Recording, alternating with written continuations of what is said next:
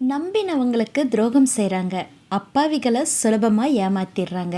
இப்படி ஏமாத்துறவங்களுக்கும் துரோகம் செய்கிறவங்களுக்கும் முடிவு என்னவா இருக்கும்? இப்போ வேணா அவங்க சுகமாக வாழ்ந்துடலாம், ஆனால் அவங்களுக்கான முடிவு இதுவாக தான் இருக்கும். இன்னைக்கு 3 பேய்கள் கதையை கேட்கலாம். இது பாசிட்டிவ் விங்ஸ். நான் பேரன்புகளோட நிலானி. அந்த ஊரில் விறகு வெட்டி பிழைக்கிற 4 பேர் 4 விறகு வெட்டி ஒரு காட்டு வழியாக ஒன்றா போகிறாங்க. அந்த காட்டிலேருந்து விறகு எடுத்துகிட்டு வர்றதுக்காக அவங்க போயிட்டுருக்காங்க. இப்படி இவங்க அந்த காட்டுக்குள்ளே ரொம்ப தூரம் உள்ளே போன உடனே அங்கே ஒரு முனிவர் உட்கார்ந்துருக்காரு. அந்த முனிவர் இவங்க 4 பேரையும் பார்த்துட்டு 4 பேரையும் தடுக்கிறாரு.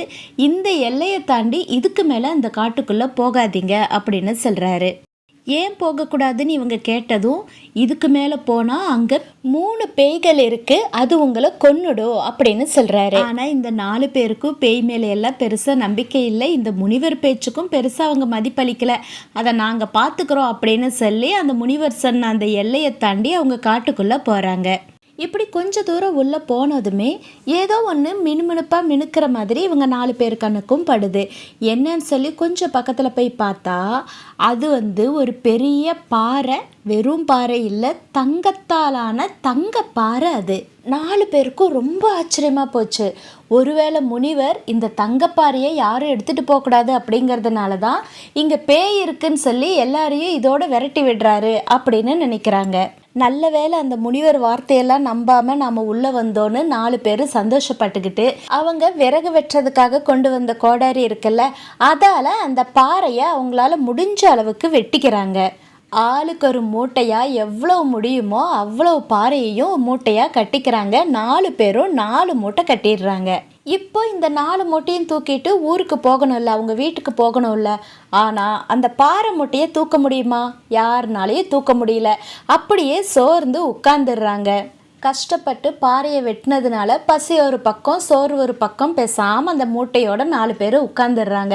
இதை இப்போ எப்படி வீடு கொண்டு போய் சேர்க்கறதுன்னு யோசிக்கிறாங்க. அப்போ தான் ஒரு யோசனை வருது. 2 பேர் இந்த 4 மூட்டையை பார்த்துக்கிட்டு பாதுகாப்பாக இங்கே இருப்போம். மீதி 2 பேர் ஊருக்குள்ளே போய் வீட்டுக்கு போய் சாப்பிட்டுட்டு இவங்களுக்கான சாப்பாடையும் எடுத்துக்கிட்டு ஒரு பெரிய வண்டி கட்டிக்கிட்டு வந்துடுவோம். அந்த வண்டியில் இந்த 4 மூட்டையும் போட்டுட்டு நம்ம ஊருக்கு போயிடலாம் அப்படிங்கிற ஒரு முடிவுக்கும் வர்றாங்க. அவங்க பேசி வச்சுக்கிட்ட மாதிரி 2 பேர் அந்த மூட்டைகளோடவே இருக்க, மீதி 2 பேர் ஊரை நோக்கி திரும்பி போகிறாங்க. வீடு போய் சேர்றாங்க. அவங்களும் சாப்பிட்றாங்க. இவங்களுக்கும் பசியாக இருக்குன்னு சொல்லி இவங்களுக்குமான ஒரு உணவு பொட்டலம் 2 பேருக்கும் எடுத்துக்கிறாங்க. ஒரு வண்டி எடுக்கிறாங்க. மாட்டு வண்டி எடுத்துட்டு 2 பேரும் அந்த காட்டுக்குள்ளே வர்றாங்க. இந்த 2 பேரும் அவங்களுக்காக மூட்டைகளோட பாதுகாப்பாக காத்துக்கிட்டே இருக்காங்க. இவங்க வந்த உடனே இவங்களுக்கு பசியாக இருக்குன்னு சொல்லி சாப்பாடு பொட்டலம் கொண்டு வந்தாங்க இல்லையா, அதை 2 பேரும் 2 பேருக்கும் கொடுக்குறாங்க.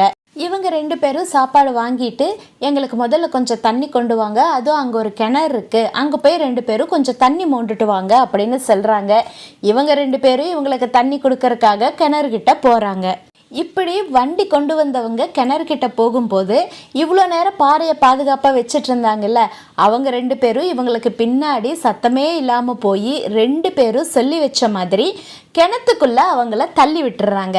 ஆக இப்போ சாப்பாடும் வண்டியும் கொண்டு வந்த 2 பேருமே கிணத்துல விழுந்து செத்துடுறாங்க. இப்போ இவங்க 2 பேருக்கும் ரொம்ப சந்தோஷம். நம்ம பேசி வச்ச மாதிரி அவங்க 2 பேரை நம்ம ஒழிச்சிட்டோம். இனி நம்ம இந்த 4 மூட்டையை 2 மூட்டையாக எடுத்துக்கலாம் அப்படின்னு ரொம்ப சந்தோஷமாக பிரிச்சுக்கிறாங்க. அப்போ தான் பசிக்குது. சரி, கொண்டு வந்த சாப்பாடை சாப்பிட்டுட்டே நம்ம போய்க்கலாம் அப்படின்னு அந்த சாப்பாட்டை பிரித்து 2 பேரும் சாப்பிட்றாங்க.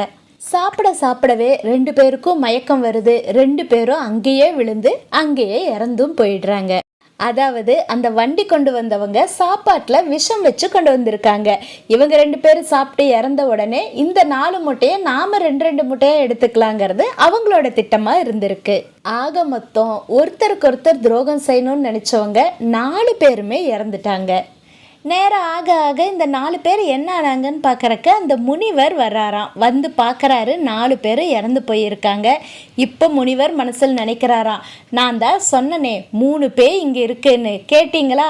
இதோ அந்த 3 பேயும் உங்கள் 4 பேரையும் கொன்றுச்சு அப்படின்னு சொல்கிறாராம். அந்த முனிவர் சொன்ன 3 பேய் எதுன்னு தெரியுமா? முதல்ல பணம். பணம் எனும் பேய். பணம் அப்படிங்கிறது நமக்கு தேவையான அளவுக்கு இருக்கிற வரைக்கும் அது நமக்கு பாதுகாப்பாக இருக்கும். தேவைக்கு மேலே அந்த பணத்துக்கு பின்னாடி நம்ம ஓட ஆரம்பித்தாலே பணம் எனும் பேய் நம்மளை அழிச்சிரும். ரெண்டாவது பேராசை. ஆசைப்படுறது தப்பில்லை, அதுவே பேராசையாக இருக்கக்கூடாது. இவங்க 4 பேரும் அந்த தங்கப்பாறையை பார்த்தாங்க. 4 பேரும் சேர்ந்து ஒரே மூட்டையாக மட்டும் கட்டி 4 பேரும் சேர்ந்து அந்த ஒரு மூட்டையை தூக்கிட்டு போயிருந்தா நிச்சயம் ஊர் போய் சேர்ந்துருக்கலாம். அந்த ஒரு மூட்டையை 4 பேரும் பங்கும் பிரிச்சிருக்கலாம். ஆனால் அவங்களோட பேராசை ஆளுக்கு ஒரு மூட்டையாக தூக்க முடியாத மூட்டையாக கட்டிக்கிட்டாங்க. மூணாவதா துரோகம், நம்பிக்கை துரோகம். நம்பிக்கை துரோகம் செஞ்சால் நிச்சயமாக அழிவு தான் உங்களுக்கு முடிவாக இருக்கும். இந்த 4 பேரும் ஒருத்தருக்கு ஒருத்தர் நம்பிக்கையானவங்களா உண்மையாக நடந்திருந்தா கூட இந்த 4 மூட்டையும் அவங்களுக்கு ஊர் போய் சேர்ந்துருக்கும். அவங்களுக்குள்ள இருக்கிற நம்பிக்கை துரோகம், அந்த நம்பிக்கை துரோகத்துக்கு காரணம் பணமும் பேராசையும். இப்படியான பணத்தாசை, பேராசை, துரோகம்னு இந்த 3 பேய்களும் யார் வாழ்க்கையிலையும் யார் மனசுலையும் இருக்கோ அவங்களுக்கு அழிவு நிச்சயம். துரோகம் செஞ்சா மட்டும் இல்லை, துரோகம் செய்யணும்னு நினைச்சாலே அழிவு தான் முடிவு. மீண்டும் இன்னொரு வாழ்வியல் கதையோட சந்திக்கலாம். அது வரைக்கும் நம்ம மனசோட பந்தம் தொடரட்டும். நன்றி.